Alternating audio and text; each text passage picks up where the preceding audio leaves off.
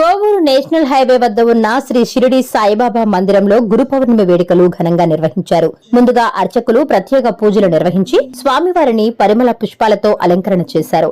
భక్తులు భారీగా తరలివచ్చి స్వామివారిని దర్శించుకుని మొక్కులు తీర్చుకున్నారు. అర్చకులు భక్తులకు తీర్థ ప్రసాదాలు అందజేశారు. ఈ సందర్భంగా ఏర్పాటు చేసిన కోలాట ప్రదర్శన చూపరులను ఆకట్టుకుంది.